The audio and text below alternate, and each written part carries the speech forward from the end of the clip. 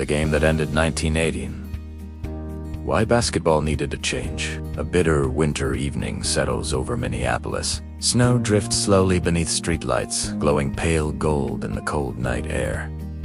Cars move quietly through icy streets. The city breathes softly, beneath winter's heavy silence. Inside a smoky old arena, beneath hanging lights and the restless murmur of waiting fans. A hardwood court gleams like polished amber. Leather shoes whisper against wood. Coats rustle in crowded seats. Programs fold in nervous hands. And at center court, a dark, worn basketball rests quietly beneath the light. Its leather is rough. It seems thick. Its bounce deep and hollow. Simple. Still. Silent. Yet waiting to become the center of one of the strangest nights in basketball history. A night that would expose a painful truth. Basketball had stopped moving, and when movement disappears, the soul of the game begins to fade. A giant everyone feared. It was 1950.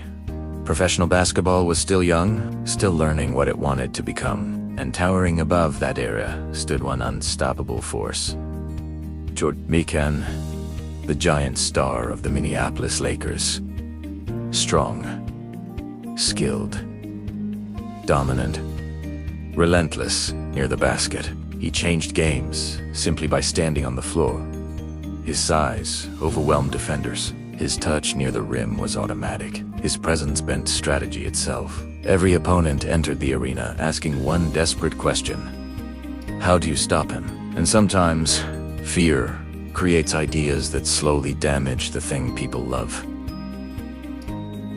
That is exactly what happened. The strategy that broke basketball.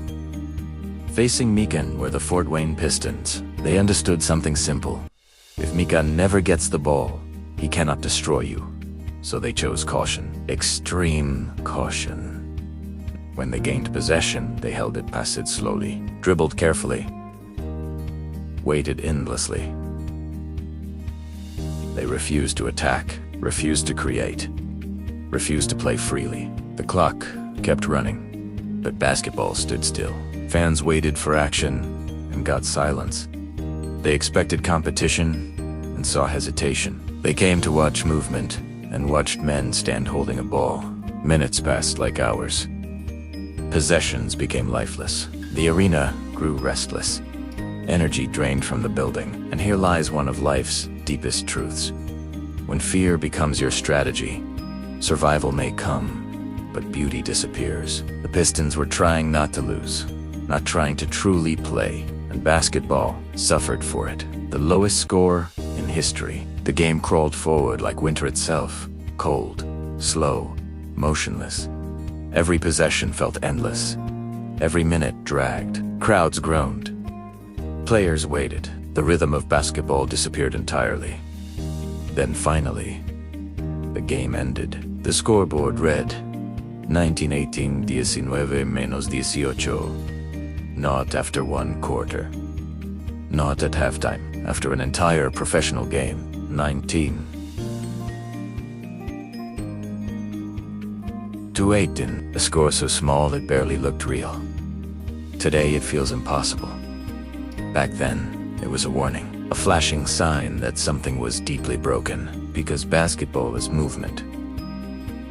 Basketball is rhythm. Basketball is courage. Basketball is action. Without those things, it becomes something empty. That night revealed the truth in painful silence. The game needed saving.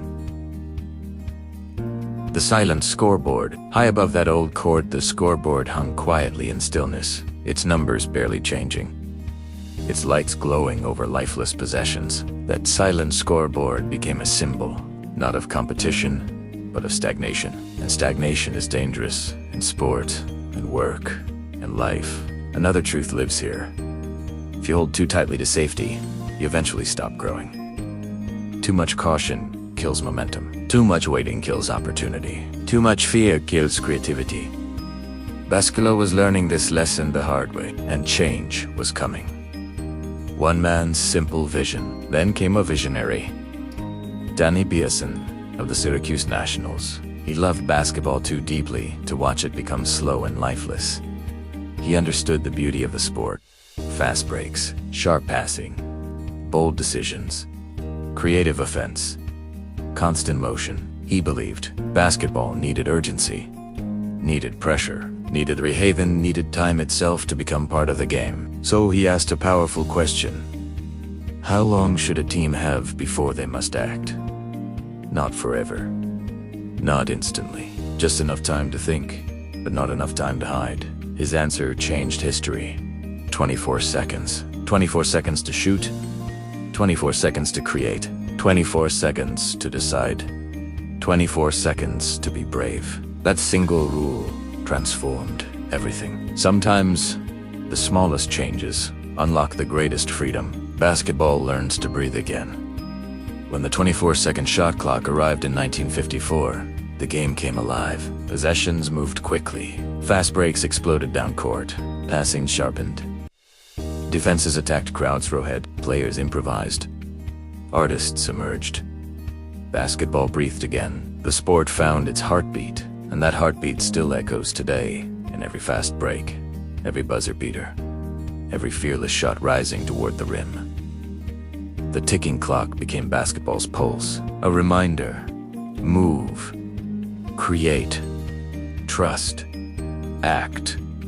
Because time never waits, and neither should greatness. Final reflection. Late night settles softly over an empty arena in Syracuse.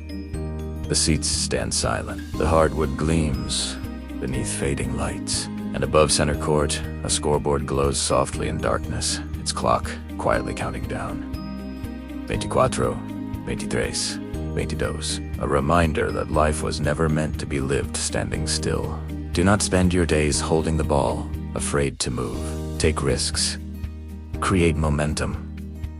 Trust your preparation, and when your moment comes, take your shot before the clock runs out.